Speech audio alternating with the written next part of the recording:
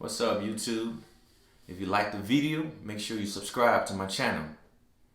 Today I'm going to talk about immigration and capitalism and how immigration has always been drawn on racial lines. It is very evident, very clear as day. You can see it in today's headlines. White American capitalists are putting up billions of dollars in order to repatriate Afghan refugees into the United States. Why? Because they have a better chance in assimilating those white-looking folks into this society than those Haitians that is coming on the Texas border. If you bring more black people to this country, you're already adding on to the black population that's already in this country. Your former slaves and their children. You are adding numbers to your former slaves and their children. So in political season and in election year, that could be a problem.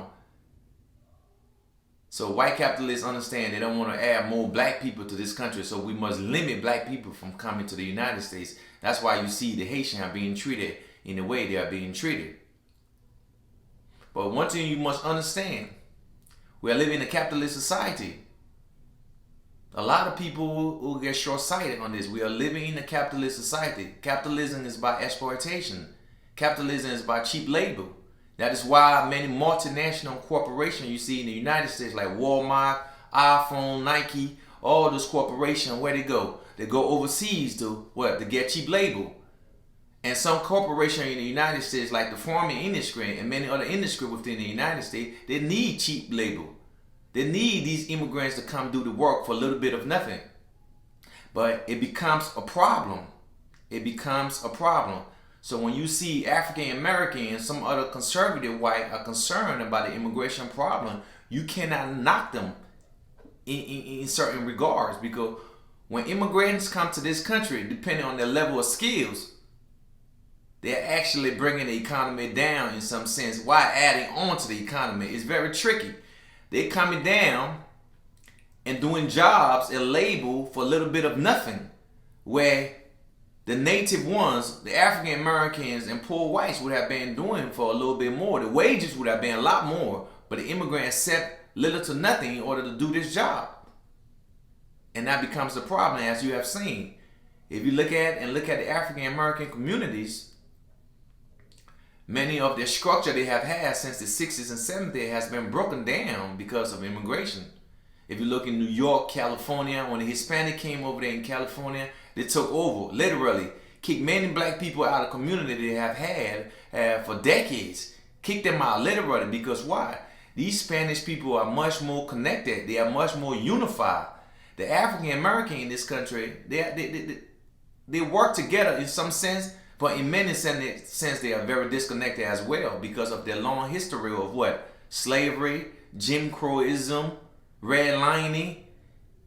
You understand? So the history of African American in this country has been dire for a long time.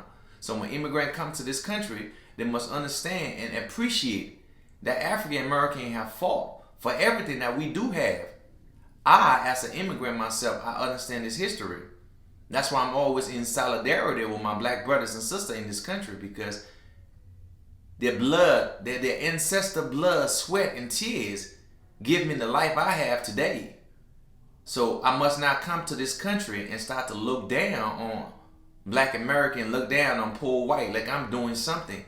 If my country was so great, why am I not there? I had to migrate over here for a better life in some sense, and I owe it all to my African American brothers and sisters, because their forefathers fought and died for the rights that I have today. So as immigrants come to the United States, you have to be humble. You have to respect the native that is here.